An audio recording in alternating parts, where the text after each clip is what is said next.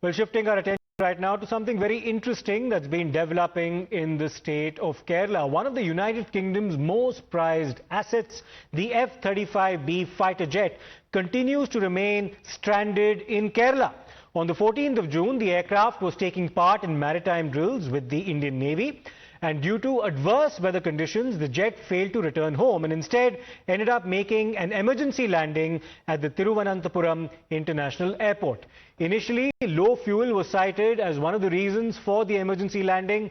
However, later it was found out that the jet suffered a hydraulic issue. For 12 days now, the jet has been stranded at an airport that is used for civilian operations only. Multiple efforts have been made to get it airborne, but to no avail.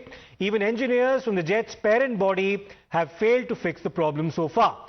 What's really interesting to note is that Air India offered to provide its hangar for the Royal fighter jet, considering the possibility of it affecting regular operations and not getting drenched in rain. However, sources have now said that it was rejected in order to safeguard the protected technology of that particular jet. Now, with no solution in sight, reports have suggested that the United Kingdom is considering the idea of airlifting that jet altogether. Let me, in fact, go across to my colleagues Rishabh as well as Arpita, but Rishabh joins us first. Rishabh, now take us through the entire sequence of events and the quagmire in which the jet has now landed. There is now possible consideration of even airlifting it. Why have all efforts failed so far to get it out of Thiruvananthapuram and back to the UK?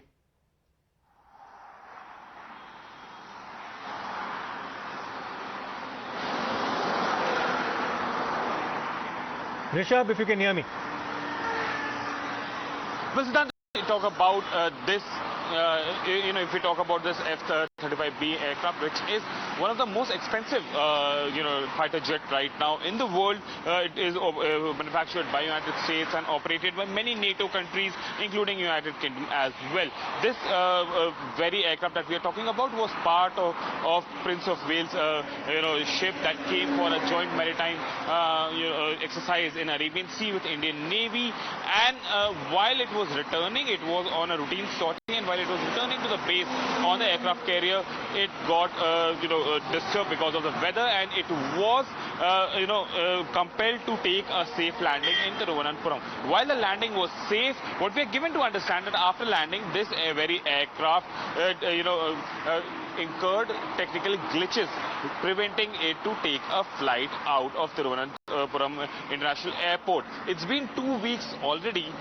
Initially it was thought that there are minor glitches, and the engineers from the Prince of Wales came in and they actually looked at the aircraft. Then it was decided that things need to be escalated, and engineers from the Royal Air Force of United Kingdom will have to come and look at this very aircraft. It's been 2 weeks now. The British High Commission here in New Delhi, in a query from Times Now, has responded that they are looking into it and they are thankful to India for assisting in all possible way, from security to logistics to safe landing.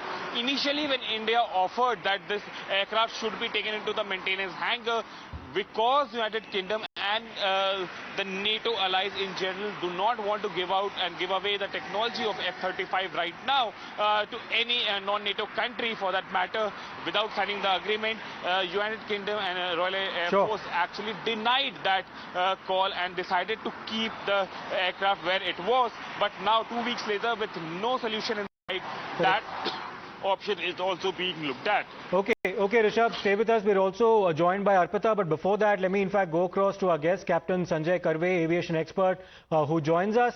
Captain Karve, I think India has been very generous to the United Kingdom in this entire episode.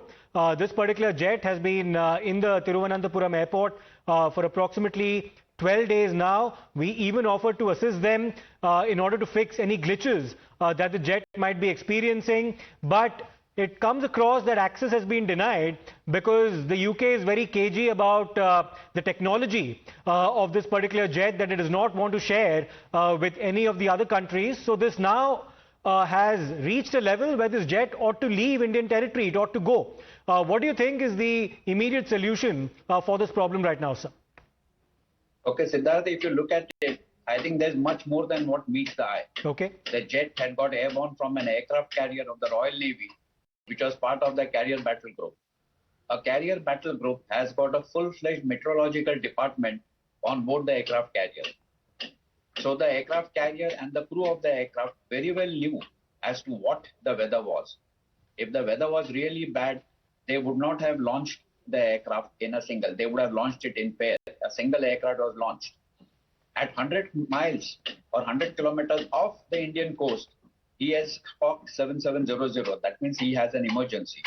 Ideally speaking, if he was within 100 odd kilometers of his ship, he would have returned back to his ship. This logic doesn't make sense to me that because of bad weather, he decided to divert to the Indian coastline. Why did he get airborne if the weather was bad? Weather cannot change in 30 minutes. The weather was already existing.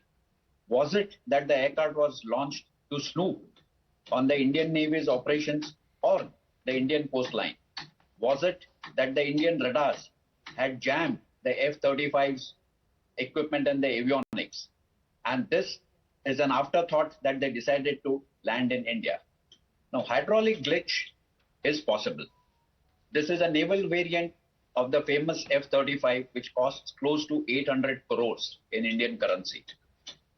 If they are unable to fix, they will have to get people from Lockheed Martin, the original equipment manufacturer of this aircraft. Otherwise, the only solution left is to airlift it. Right.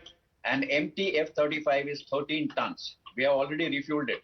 That means it is close to 15 to 16 tons. Yes. Either they will have to partly disassemble it, then take it, or or have it underslung. Underslung is dicey. Underslung, they cannot carry it all the way to UK or to the aircraft carrier. So but Captain Karve, if we are to take what the UK is trying to suggest here, that it's perhaps a technical glitch, hydraulic failure, if we take them at face value, then perhaps there is a case to be made for the airlifting of this particular jet. But if it is indeed what you initially suggested or speculated could be one of the reasons about why this jet made its way towards where it did, and there is a possible espionage angle here, then I think this needs to be escalated, and it's a very sensitive situation. We'll have to ascertain as to what exactly the facts on the ground are. Let me in fact go across to my colleague Arpita as well, who's joining us from Thiruvananthapuram as we speak. What are the local authorities in Thiruvananthapuram, Arpita, saying about all of this right now?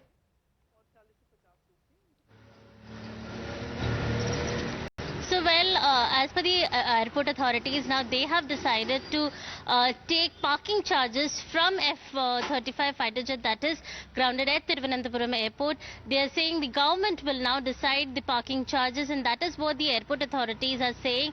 In fact, they are saying that they are giving all possible help to British officials who are here to fix the hydraulic failure, but what British officials are saying is that they need more time to fix the issue. They are discussing it with defense officials and airport officials, and they need more time to fix the issue because earlier already one team had come to fix it, but they couldn't do it. Now more expert teams are expected to arrive from British to fix this issue. Meanwhile, airport authorities have made it clear that they are extending all the support that is needed for the British officials here in Thiruvananthapuram. Well, paying the parking charges is the least that the UK can do in this regard. Hopefully that's for the entire 12 days that it's been now lying there at the Thiruvananthapuram airport. Thanks, Arpita, for your insights on this. And Captain Karve, it was good talking to you. You made some very interesting points as well, sir. We'll slip into a short break right now. We'll come back with our coverage of this and more on the other side. Stay tuned.